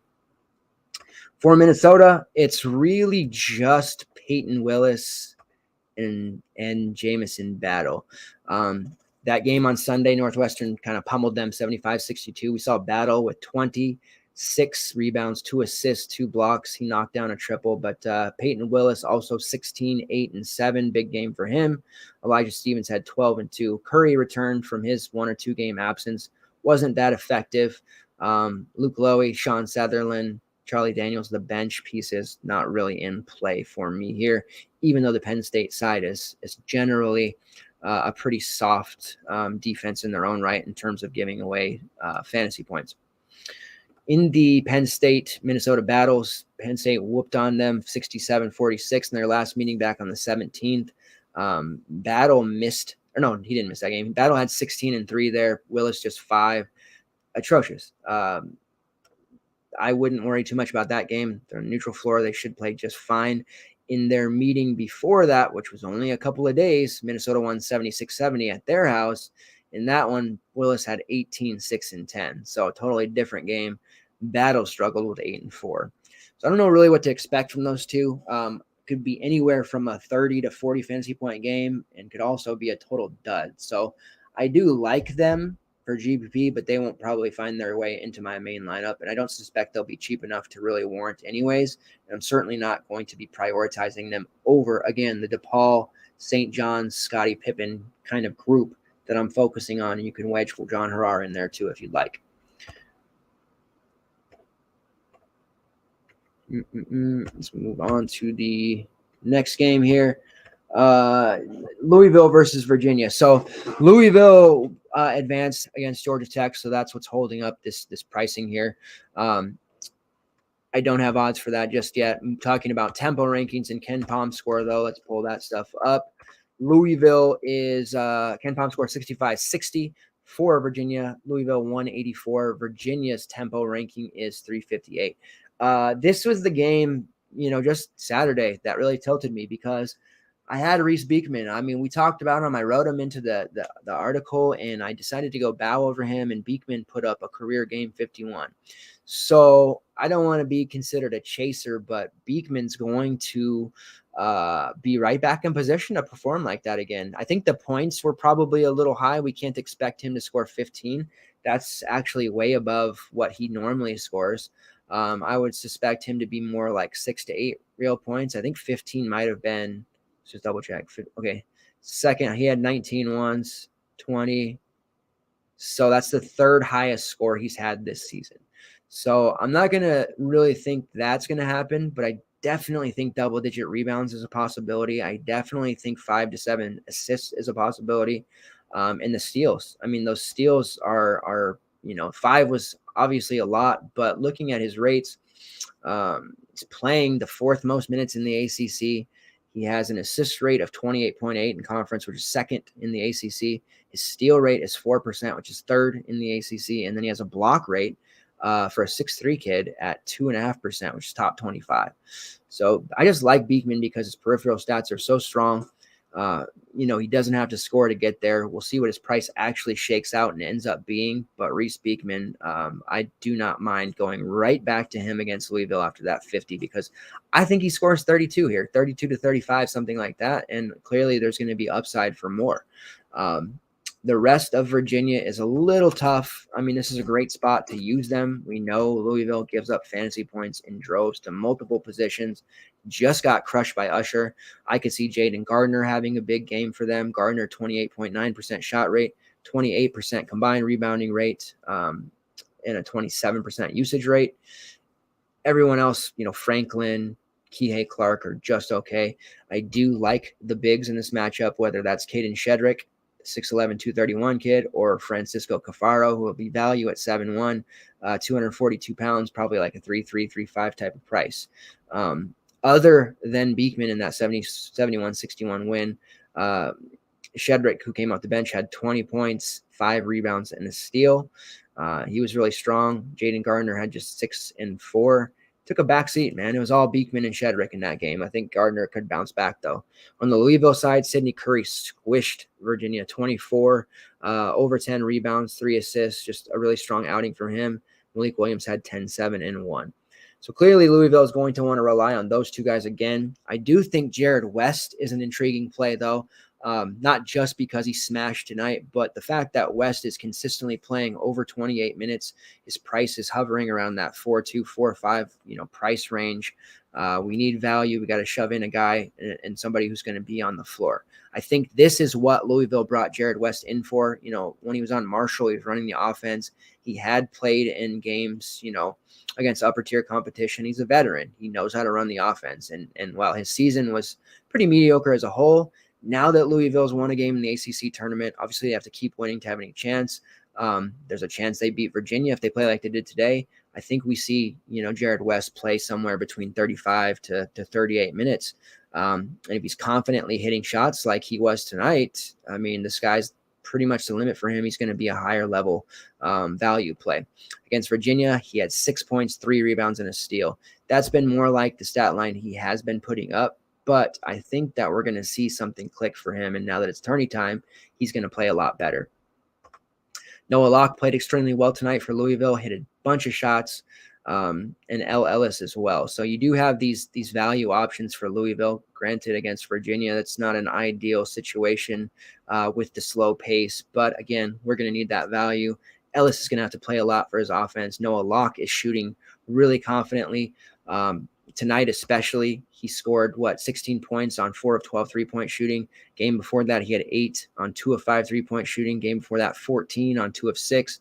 So he's been shooting more. He's been hitting shots. He's playing confidently. We got 3 games left. Georgetown versus Seton Hall. This is obviously a spot where we want Seton Hall guys. Georgetown has been the whipping boy of the Big East, 6-24 season. They haven't won since December 15th against Howard. It's been rough. It's been really rough. They just played Seton Hall a few games ago. They pushed them 73-68. In that one, Colin Holloway had 16 and 3. Dante Harris 12, 1 and 6 with 3 steals. Amino Mohammed was not good. And Caden Rice had 17 off the bench. Jared Rhoden had 16 and 6. Kadari Richmond had 12, 5 and 10. Monster outing by him. Miles Cale had 11, and Jamiron Harris took my seat.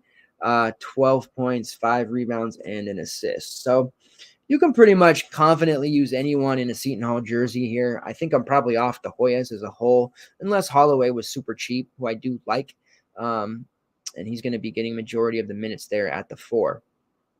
Kadari Richmond is going to be a popular chase, I think, because of what he did against them before and where his minutes are at. However, he was injured in that last game, which allowed Jamiron Harris to play more. So we'll have to monitor that injury situation for a guy like Kadari Richmond, because if he ends up sitting out, then we're going to have a very, popular value in Jamiron Harris that everybody's going to chase as a starter. So we're going to have to see where we stand with him. I'm trying to pull up on Twitter here and take a second since we don't have pricing. People seem to think he's going to play. So a lot of people are confident about him winning Big East tournament MVP honors. So we'll see. If he plays, gotta definitely consider him. If he doesn't, then we have Jamiron Harris as our value. This would be a great spot for Alexis Yetna, and his minutes has started to trend in the right direction, but then they went back down to 17. But against Creighton, he played 29. So if he can get anywhere close to 29, hell, even 25 minutes against Georgetown, I like Yetna quite a bit. I know his plus minus has been quite bad, which is why he's been off the floor. But he's on the floor, he's scoring buckets and getting rebounds. So how bad can he really actually be? And then you have Tyree Samuel, Trey Jackson, Ike Obiagu. You have some value here. So any one of those guys could produce here against the Hoyas. With the way their starting lineup shakes out, it's Obiagu who starts with Trey Jackson, Samuel coming off. They have switched that before and had Samuel start. But Obiagu, with as cheap as he was lately, if he plays like 22 minutes, 23 minutes, something like that, he'll probably put up almost 5x number. He had 4 blocks against Georgetown last time, 7 points, 4 rebounds. At his price of sub 4.5K, definitely able to pay that price off. All right. Then you got the Pac-12 games, Cal versus Wazoo. And I think that this is a game I'm going to probably be underweight on. I have the Cougars minus 8.5, an over-under of 126. Cougars 244 tempo ranking, Cal 334.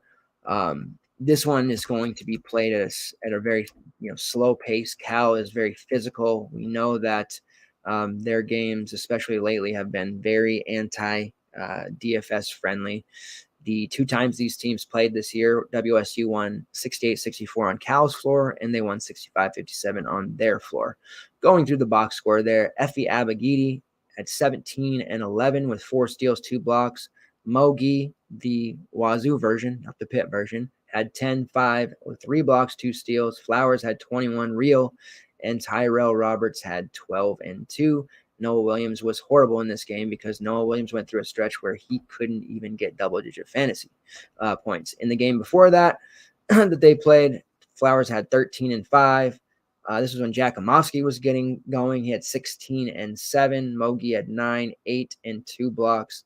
Abagidi 9, 5, 2 blocks, and a steal. For the Cal guys, Jordan Shepard was really the only one to produce in either of the games. I think we're kind of the point where we're going to be ignoring them. Wazoo's defense is good enough to be respected. Shepard does have a 28.5% shot rate, 27.5% usage rate. With Kelly out and Grant Anticevich, no Andre Kelly and kind of just playing way under what you would be expected to play. And then the value guys like Jalen Celestine, Joel Brown, Kwani, Lars Thaman, they're just not consistent options around him. Shepard has had a usage rate of, in the last 4, 24%, 28%, 26%, and 30%. So he's taken on a big, share of the offense now. He scored 28 real against Stanford recently, which was impressive. Last time out against Wazoo, it was 10 and 3, so not very good. If his price is cheap enough, I don't mind it, but we're probably not going to be looking there too often right now, especially with the rest of the options on this slate.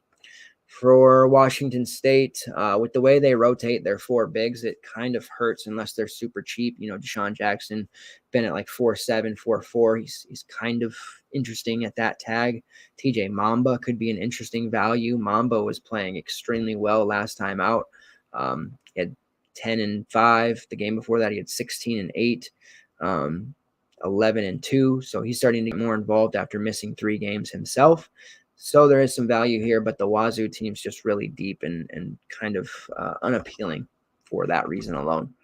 And then the hammer game, Utah versus Washington. You got my Huskies -1. Slap that if you're a betting man.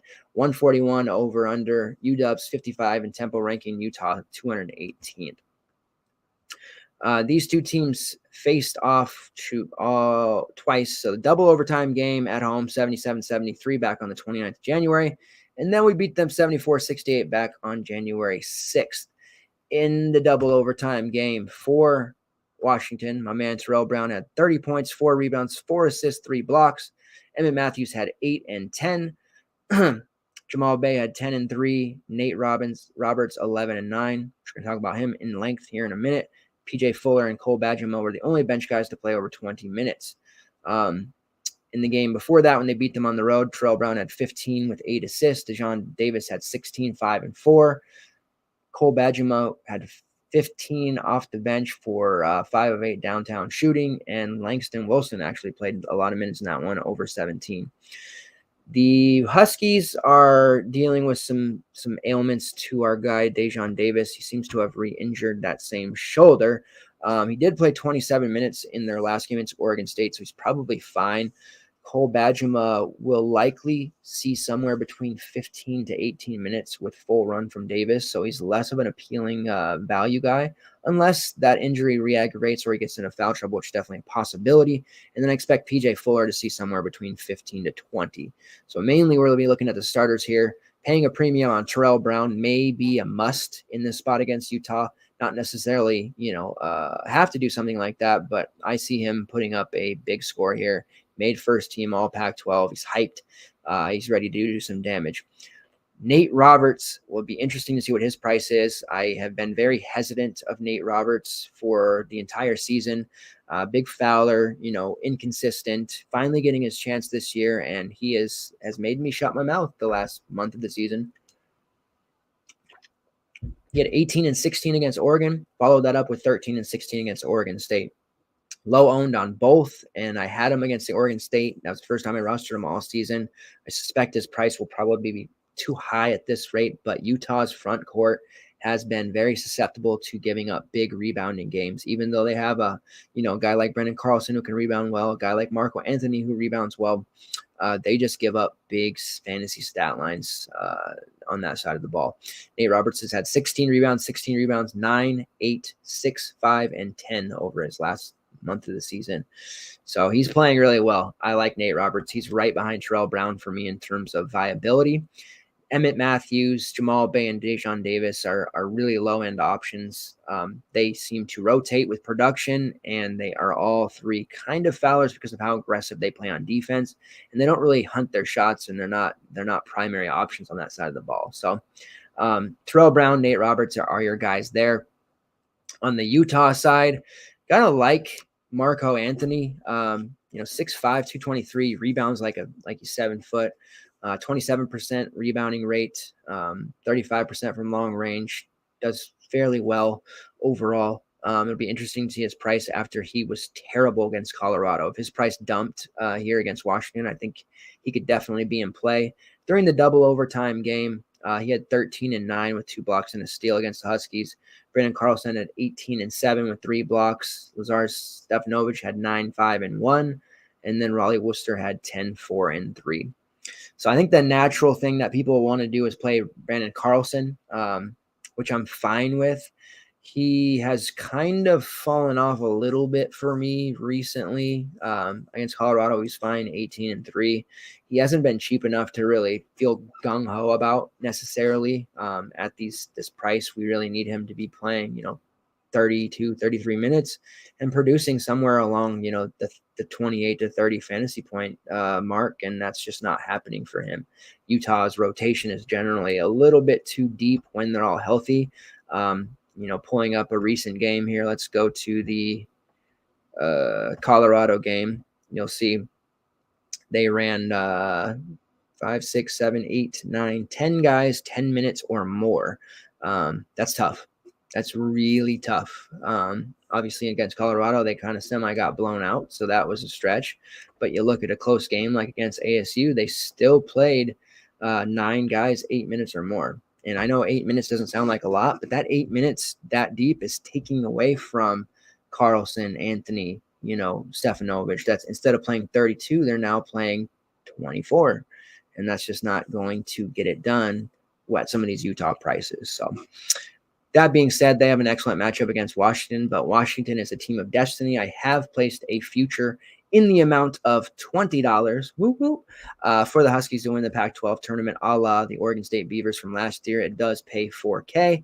So be careful taking in Utah, guys, because the team of destiny, Washington, is going to make a tourney run.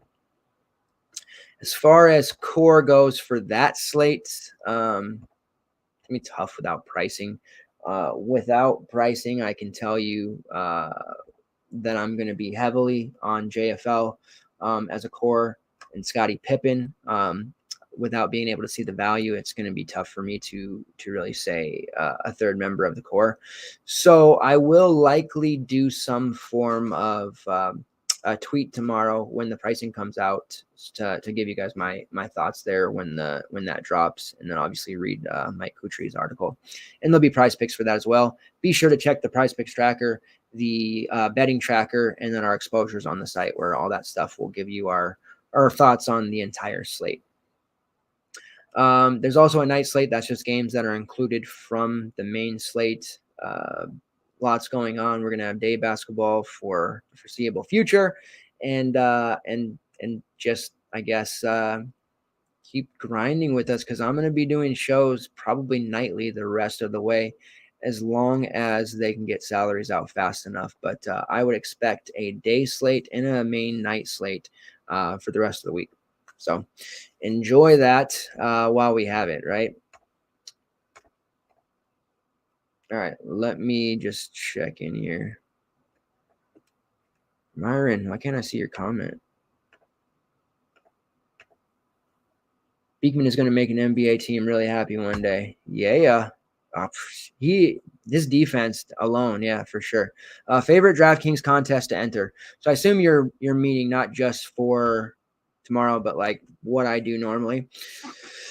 So I like to enter. I'm really big on single entry and cash games. That's really, it sounds lame and boring to say, it's best way to build a bankroll and winner take alls, but that's really probably winner take alls. Those 5 and 4 man winner take alls. So you have the $25 entries all the way up to 267, and obviously you got to beat those other 3 to 4 guys to get that.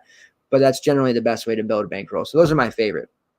As far as GPPs go, I think my favorite's the 33, just because it's not too huge, but it's also not small enough to where you generally, if you have a decent lineup, you're cashing that at a pretty high clip. And if you do, bank it, it's still a big enough prize pool to where you feel good about it. Whereas, the $12 50 man, you bank that, you win 70. Yeah, that's great. I mean, I'll take any amount of money, sure, but maybe the excitement's not there. So for GPPs, the 33 definitely, and then winner take alls. I also realized for you FanDuelers that I didn't give you my FanDuel core for the early slate. So allow me to do that right now. And if you guys have any other questions, comments, concerns, anything at all, feel free to pop those in over the next 3 to 5 minutes before we head out of here. Appreciate you guys watching the second half of the show. I know without pricing, I know I lost some of you there. Some of you dipped, but I'm doing the best I can with what we got. All right, so core with FanDuel, Jalen Graham at 5'4", super cheap. Definitely going to be rolling him. Alondus Williams, who I mentioned is the top pay up. And then I think looking at the prices here for them, I wanted to see Evans. It's my boy Raekwon's price. Got him at 6'8". That's tough. So instead of Evans, like I have on DraftKings, I would go to Anthony Polite on FanDuel, who is 5'5". That would round out the FanDuel core. By the way, how about Chattanooga, huh? The Mocs. They what a game, man. That game yesterday against Furman, that really let me know that it was March time. That felt like a tournament atmosphere game. And right now I'll say that the Mocs, nobody wants to face them in the first round. I think that team is going to have a shot to win a game or two depending on their draw. I know Murray State's going to be the popular, mid-major. They're at Bracket Matrix has Murray State as a 7, so it's not bad for them. I know a lot of people will be tooting that horn, and for good reason. But, man, Chattanooga, if they get like a 12 or a 13, watch out. They will absolutely beat a 5 or a 6 seed. I really like that team a lot, and they've got some really solid pieces in Malachi Smith, Jean Baptiste, Sylvia D'Souza. You guys remember that name from Kansas? So it's getting fun, man. And South Dakota State made it today. We know they got Baylor, Shearman. We love him for DFS. Douglas Wilson, that's a good team. Man, there's a lot of good mid-majors. Longwood, I had an interaction with Longwood on Twitter today. I said they were the perfect 15 to beat Duke. Tweeted me back and said they were game. So we saw Bryant today kick the crap out of Wagner, even though they played really well close games earlier. Peter Kiss, who was not very good on Rutgers a few years ago, has become a star in the Northeast Conference. So I'm really excited just to get into the tournament and start breaking down the teams, the matchups, the players, all that good stuff. Like I'm going to be just on your YouTube and podcast stuff all day and all night. So be ready for a lot of content there geared towards, they'll be written, but a lot of video and audio type of content where I'll be on Twitter as well, doing Twitter live shows and things of that nature. So I'm really excited for this year and being at FTN. All right, so I think that is it. Everybody has gotten their knowledge. Again, we'll see how tomorrow goes with pricing. At the very least, with an early slate, I will be back to do a show for that. And then I'll give my thoughts on the main slate, whether there's pricing or not. Also, you can expect an article out tomorrow from Mike on the Kutri Plays, and I'll be in the Discord. So appreciate your guys' continued support. Remember to please hit that like button. If you're watching on demand, you weren't able to talk to me in the live chat, feel free to post a comment under the video. I do check that. I get notifications for that, and we'll interact with you there, or you can hit me up in DMs on Twitter at dubdeuce85. Don't always respond right away, but I will get to you before lock. Thanks, guys. Appreciate the continued support. Take care and good luck. See if tomorrow we can finally push through and get that seat and stop being a bridesmaid.